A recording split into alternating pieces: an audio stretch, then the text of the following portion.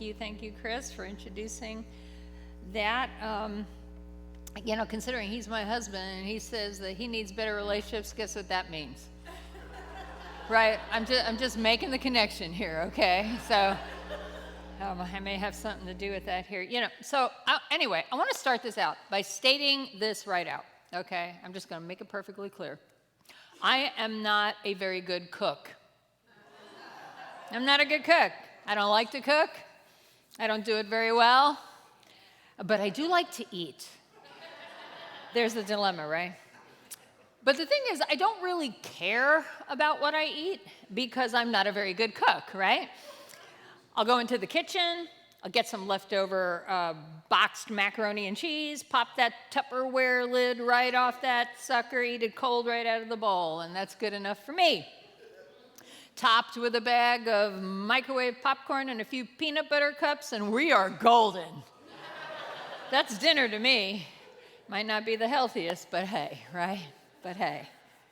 Now, my daughter Amy, on the other hand, loves to cook. She loves to cook, and she is actually a spectacular cook. When she comes home from Chicago, or I go to visit her in Chicago, there's always a new fancy recipe that she's working on and improving. And this kid has gone from eating the way I do, basically scrounging around under the bed for yesterday's pizza, right? To being quite the chef. I love eating her food. It's so much better than mine. And her food just gets better and better because she keeps working at it. She keeps learning. She keeps experimenting, trying again, taking advice. She spends time on it, and it shows. And I am more than glad to be her guinea pig because the result of it all is that her food is just better than mine, right? Whether it's food or if it's life in general, better is just better, isn't it? Better is just better. We love the idea of better. We crave better. Better technology, a better job. Everybody wants a better job. We want better cars. I want to eat better food. Everybody wants better health, better looks, right? And yes, even what we are going to be talking about these next few Sundays, we want better relationships, right? Say yeah. Yes. Okay.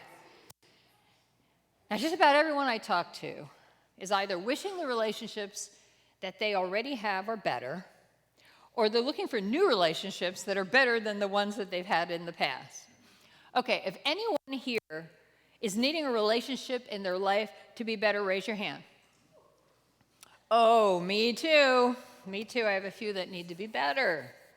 How about anyone who hopes that new relationships that they might make are better than the ones than they had in the past? Now, I know you're with him. You cannot raise your hand, okay? All right, you already got one, okay? Anybody want new relationships that are better than the ones they had in the past? Okay, great. We need each other, right? That's the bottom line is. The bottom line is we need each other. Relationships are the stuff of life. No person is an island. Eventually we need people, and we want it to get better. It's just that, I don't know if you've noticed it, but life is sort of a contact sport, right? We bump into each other, we hurt one another. Sometimes our relationships can end up being the casualties of that. How to make our relationships better, not bitter. That's the question. That's the thing we all want. And here's the deal. If we're honest, every single one of us can look inside ourselves and ask, where are the places in me that have to get better so that my relationships can be better? That's a good question, isn't it? Yeah. After all, better is just better, right? Better's better, so we'll want to get better as well. So in the next month of Sundays or so, we're going to talk about better relationships. And there are lots of sources of information about making relationships better that compete for our attention in our world, right? Some are not so great. I don't know if you've watched Dr. Phil or watched the TikTok trends, right? Probably not the healthiest, places to find relationship advice. But other things that compete for our attention actually have good wisdom, like books and counselors and recovery programs and stuff like that. You know, as you all know, and if you don't, you're going to know now, I am in recovery from drugs and alcohol and codependency for a good number of years. And I work a 12-step program that tries to keep me on my toes about making my relationships better and healthy. And honestly, I always have a counselor on speed dial, okay? Because I'm particularly stubborn and dense about many things. I need special help. I'm a special needs person, okay? I recommend all of these good tools to you as well when it comes to your relationships. But there's one authority above the others that's the foundation to making my relationships better, the foundation the rest of the good stuff is built on, and that foundation is Jesus. Following Jesus is the best foundation for making my relationships better. And I think that Jesus can probably help you make your relationships better as well. So that's where we're going to go for these next few weeks. Just like Amy getting better by practicing her cooking, maybe, just maybe, each of us can get better at our relationships by practicing what Jesus shows us to do about them. Are you ready to go with me? Say yeah. Yes. Okay, awesome. Let's see how it goes. Let's get started with a couple of basic understandings. First off, our relationships are not set apart from our spiritual life. Hear me. Our relationships are not set apart from our spiritual life. They are connected. The directions in which our relationships are growing indicate how our spiritual life is going. You hear that? The directions in which our spiritual life, our relationships are growing indicate how our spiritual life is going. Our soul and our relationships are connected. In the Gospel of Mark 12:29 through 31, Jesus tells us the greatest commandment of all 10 commandments. And we're going to read his answer together. It's on the screen. Go. The most important one, answered Jesus, is this: Hear, O Israel, the Lord our God, the Lord is one. Love the Lord your God with all your heart, with all your soul, and with all your mind, and with all your strength. The second is this: love your neighbor as yourself. There is no commandment greater than these. Jesus says love God, love self, love others, all interconnected, not separate. Love your neighbor. In other words, our relationships is not just a suggestion. It's a command straight from the mouth of Jesus. Better relationships are going to take learning to love differently from Jesus and learning to love better from Jesus. So that's where we're going to head these next few Sundays, how to do that. And trust me, I am going to be preaching to myself as I go, okay? Just inviting you to listen in because I need to get better at my relationships. That is for sure. I am just assuring you of that. So today, I want to start with talking about a foundational quality in better relationships, and it's this: loyalty. Loyalty. Loyalty is defined this way: a strong feeling of support or allegiance, steadfastness, devotion. Loyalty is more than just like don't cheat on your significant other, okay? Loyalty is where better relationships start. So we're going to want godly, healthy loyalty. But first I want to look at what godly, healthy loyalty is not. Sometimes we're wounded. Sometimes we twist loyalty around into something it's not. For instance, if you've ever been in a relationship, romantic or otherwise, where there's been physical abuse and you felt like you just had to stay and you just had to put up with the way it was because you're powerless to leave and you're staying quiet because out of fear or you have no choice, that's not a sign of relational loyalty. It's a sign of relational sickness. If you've ever felt like someone in your life has been emotionally battering you and you've been scared to talk about it out of some sort of loyalty against that person, just know that that's not godly, healthy loyalty either. When God's gift of loyalty to make our relationships better gets twisted into something unhealthy, that's called codependency. That's called codependency. When people that you love keep doing things that you don't like, and you try, unsuccessfully, to control them and your feelings and your health and your spiritual life or behavior suffer because of your lack of control, that's not loyalty. You might even say things like, I have to do this. I have to do this. I have no choice because it's what's best for them because I love them. But this is actually misguided loyalty. True, healthy, godly loyalty is always a free choice. So when you feel like what another person does, whether it's a child or a friend or a significant other, has all the control over your actions or feelings, if they don't do one thing, then you can't feel or act this way, then that's codependency. God's version of loyalty is an action. It's an action of choice. It's not a reaction. It has nothing to do with fear, control, abuse, nothing like that. So that's what loyalty isn't. But what is it then? What does healthy, godly loyalty look like? Well, to get a picture of what it looks like, we're going to go to the Bible. We're going to go to the Bible. It's a great idea, right? Now, the Old Testament, okay, here we go. The Old Testament is the first 2/3 of our Bible. It's a story of our three-part God, a God, Jesus, and the Holy Spirit, before Jesus came to our planet to help us get back on track, okay? And the New Testament, the last third of our Bible, is the story of Jesus on the earth, and the Old Testament are the scriptures that Jesus used when he was here, okay? So today we're going to look at a story in the Old Testament of two women named Ruth and Naomi, set in or around 1100 BC, before Christ, right? Let me set the stage on the story. Naomi is a Jewish woman, and she's living with her husband and two sons and their wives in a foreign land. She's not in Israel. She's in a foreign land of Moab because there's a famine going on, and so she's living there.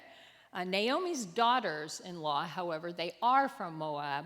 They're Moabites. Ruth and Orpah, not Oprah, Orpah.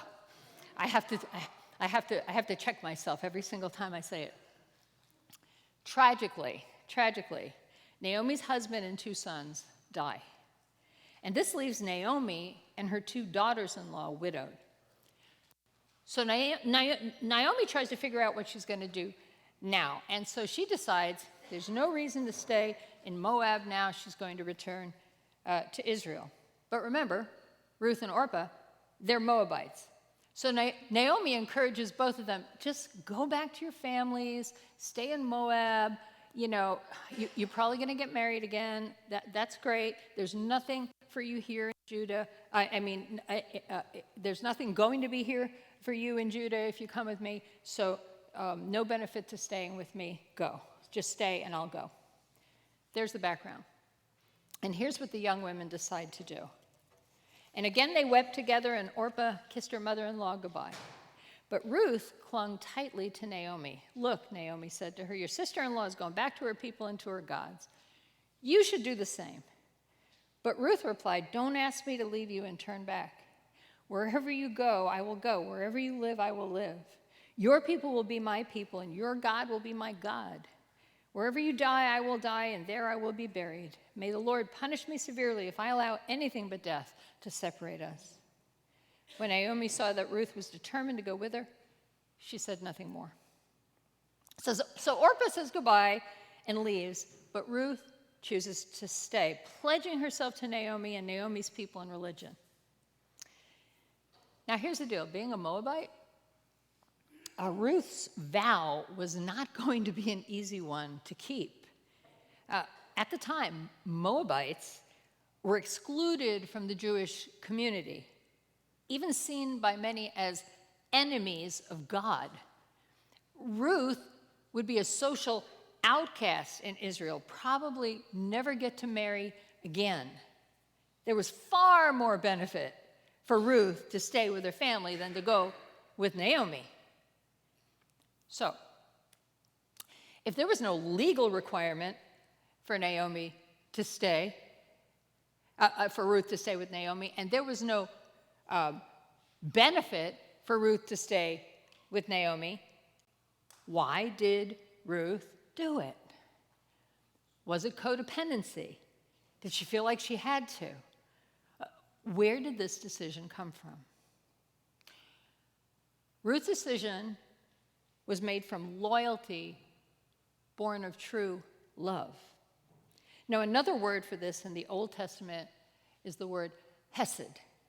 Hesed means a loving kindness and loyalty that goes way beyond what would naturally be required or expected. Here, Ruth is displaying a free will choice of loyalty to Naomi, born out of the love, the deep love she has for her.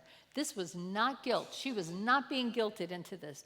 This was not expectation, no expectation for her. This was not fear. She wasn't afraid to stay. This was not helplessness. It wasn't resignation. None of those things. This wasn't obligation. This was choice. It was just love.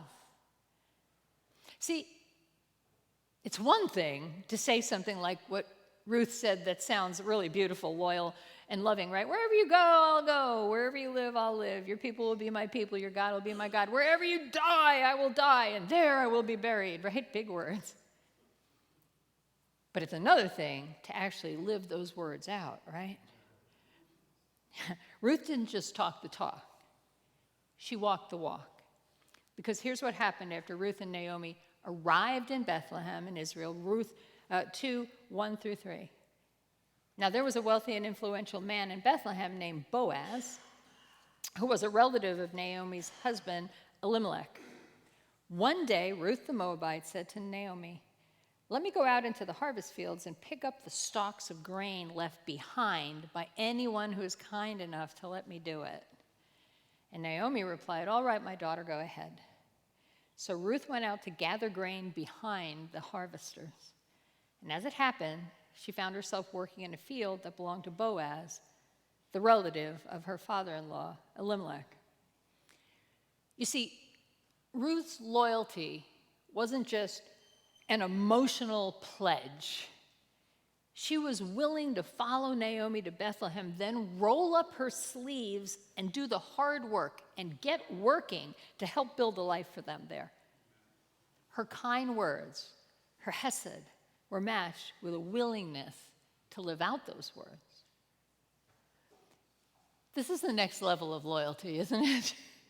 Isn't it? It's not just big promises and fancy declarations. It's actually living out those promises and declarations through action and showing loyalty. You know, there's a saying in 12-step recovery that this makes me think about, and the saying goes like this: "Your actions are speaking so loud that I can't hear your words." Have you ever heard that? Your actions are speaking so loud that I can't hear your words.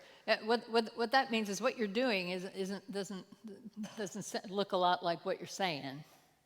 And I can relate to this, unfortunately. What if we all challenged ourselves for our actions to match our words to those we express our loyalty to? That would be interesting, wouldn't it? You know, I remember when I was newer in recovery with two little boys, aged 2 and 3 years old, not having much patience as a mother.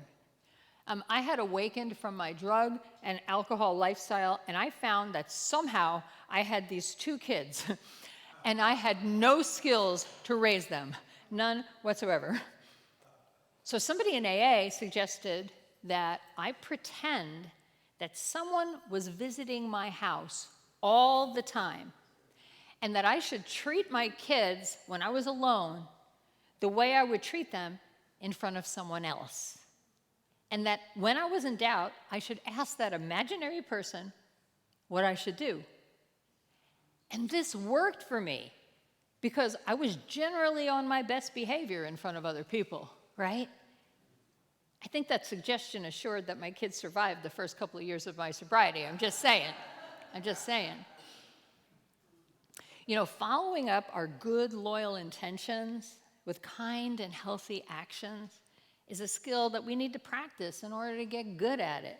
Because unfortunately, and here's the truth, I still wouldn't want to have everything that goes on in my house between my husband and me recorded for everyone to hear and on a Sunday morning, and that's just the truth. See, I need to practice this more and more every day. For me, it helps me to look at Jesus as my model when it comes to this kind of healthy loyalty. Loyalty that loves out of pure choice and that actually does what it says. See, Jesus came and he declared that he would go to the cross and he would rise again. But beyond declaring it, he actually did it. Last week on Easter Sunday around here, we celebrated a tomb being empty, just like he promised it would be. Healthy loyalty in our relationships is lived out through making the free choice to act on it. And that takes practice, just like Amy with her cooking, right? So honestly, how are you doing with this in your most important relationships? Are you making your free will choice to seek truly loving actions behind your loyalty? Or are you just declaring it? In recovery language, that means, are you working the 12 steps of recovery with your sponsors so you can grow stronger in seeking God's wisdom in our relationships? But even broader for everyone who isn't in 12-step recovery, are you praying? Are you seeking God's wisdom and direction? Are you reading the Bible and talking to wise Christian advisors and friends about what to do?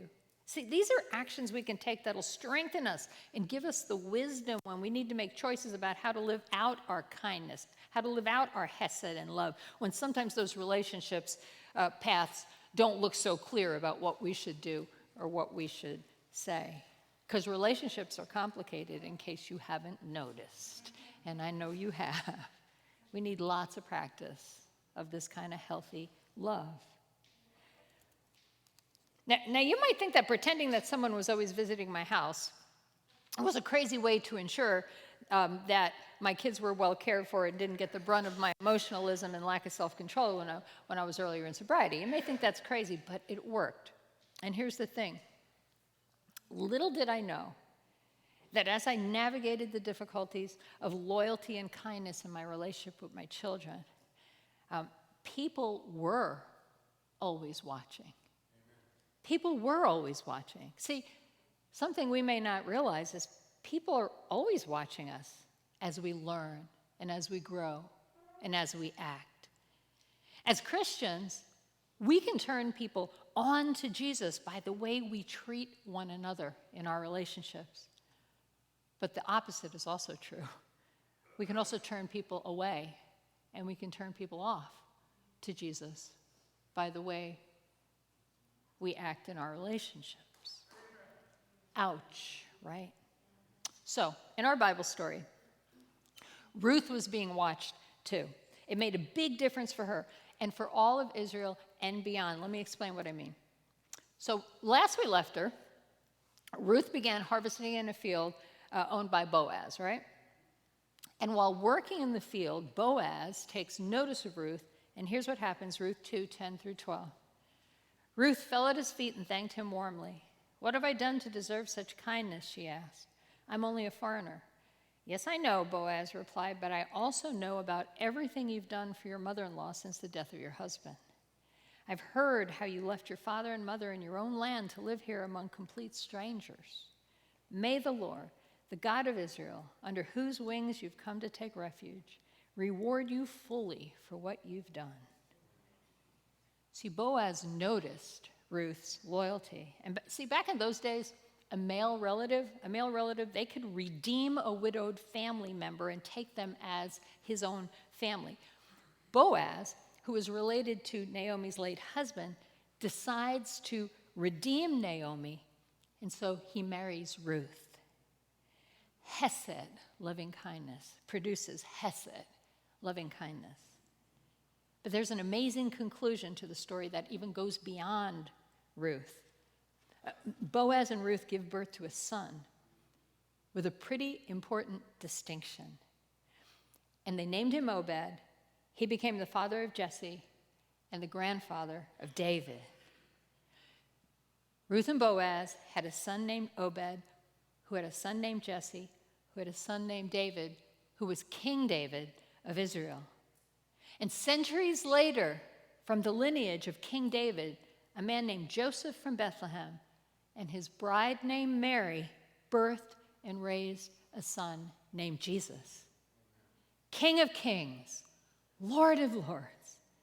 See, this would impact not just Ruth and Boaz and Naomi, but generations to come, all the way to us. And it all began with a conscious free will choice of loyalty, born from love between a woman named Ruth and a widow named Naomi. Listen, we all want better relationships. To have them, we need to learn to make choices that are healthy, even if they're hard, and to follow the will of God. Now, I don't know much, but here's what I do know. Interdependency, not codependency, is what healthy loyalty is about. It's Ruth choosing to stay with Naomi and choosing to start a life with Boaz. See, codependency leaves us feeling as though we don't have a choice, that we have to do this or that because of fear of things not going the way we want, or fear of what somebody will think, or fear of what will happen. See, interdependency means we know we need each other, and so we follow Jesus to his best choices for our relationships. So where are you today in some of your relationships? Are they full of healthy love and loyalty, all about choice and free will? But if not, never fear, because everyone has to start somewhere, including me. I start here all the time. Let me give you a few reference points on the relationship spectrum journey, okay? In recovery from codependency, we talk about starting out with no boundaries. No boundaries. We just hop from one action to another, depending on what happens to pop into our heads, depending to what we're reacting from out of our, whatever comes out of our mouth, in our hearts at the moment, we just react to that thing. And sometimes this results in giving and giving and giving, all of us, until there's nothing left to give, because we have no boundaries, right? But it can also end up with chucking it all, because nothing ever goes right, so the heck with you, right? Or just being miserable and feeling pulled this way, and I'm pulled that way, because I have no choice. No boundaries means no choices. Have you ever been there? Oh, yes. See, recovery helps us see a better way. Jesus has no intention for any of us to be trapped into loving. Loving has to be a choice to be healthy. When we seek the guidance of Jesus, his people and his programs and his processes, we can move to another space, and that's called set boundaries. Set boundaries. And this is when we learn to say no loud and clear. We choose a lot of no's when we're in the setting boundaries stage. No, I don't have to do that. No, you can't make me do that. No, no, no, no, no. And on this journey to better relationships, this is a good stage. It's a good stage, especially when you had no boundaries to begin with, right? It's okay to stop and breathe in the no stage and the set boundaries stage, because it's the path to Jesus' better relationships for us, but it's not the end of the road. It's not the last stop. There's still more to go. See, Jesus wants us to fully thrive in our relationships. As we follow him, we get to a space where our choices are completely free. We have any choice we want. We can say yes, we can say no. We don't have to build walls to protect us. We don't have to give out of guilt. This place is called beyond boundaries. It's beyond boundaries. When we're beyond boundaries, we can choose love with no fear of people crossing our boundaries, because Jesus squarely protected us in his loving grasp. No one can harm us. See, living beyond boundaries gives us the freedom to decide what action is the most loving expression at each moment in each relationship as we go. It's true love without controlling, without fearing, without pretending, without obligation. It's loving like Jesus. Ruth lived beyond boundaries. She stuck with Naomi, not out of desperation, but a choice of love.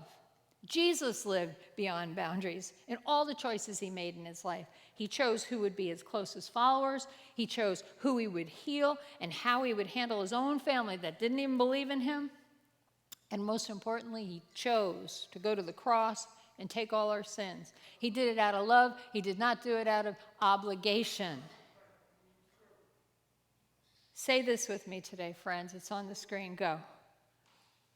Healthy loyalty lives beyond boundaries.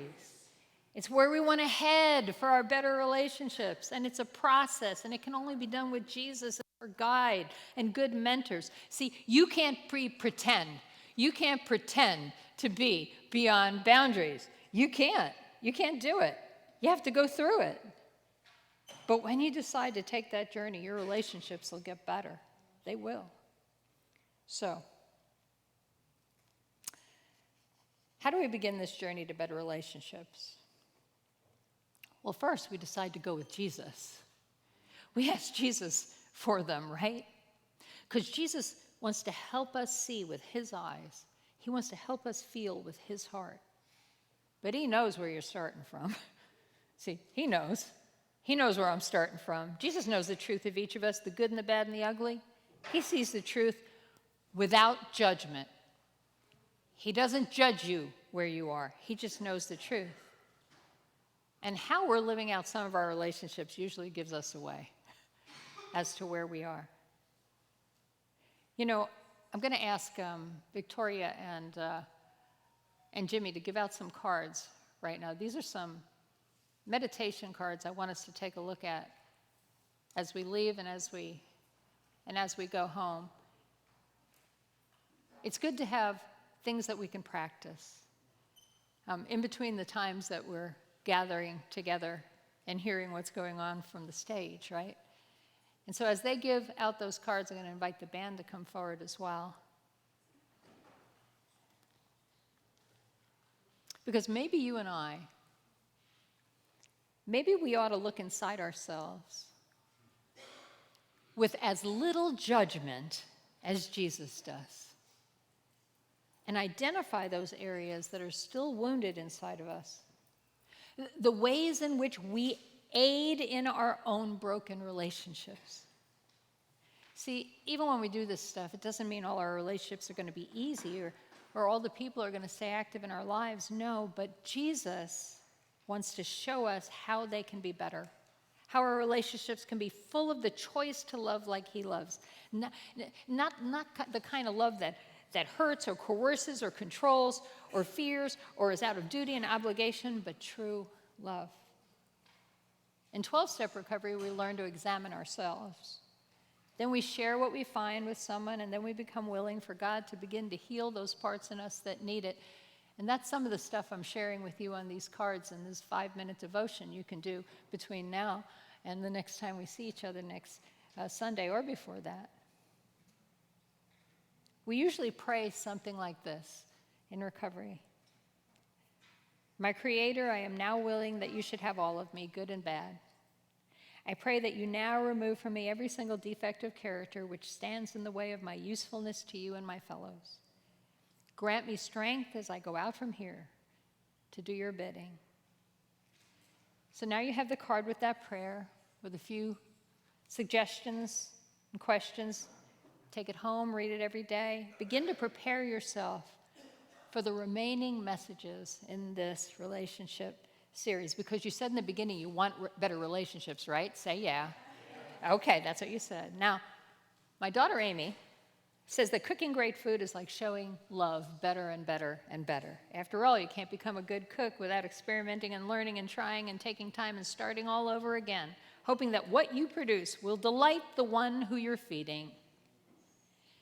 So let's pray that in this relationship series, Jesus begins to transform your relationships into a beautiful buffet of loving choices.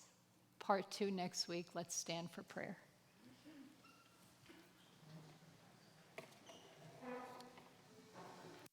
Jesus, lead us and guide us, and may it be so. Amen. The altar is open if you'd like to come and pray.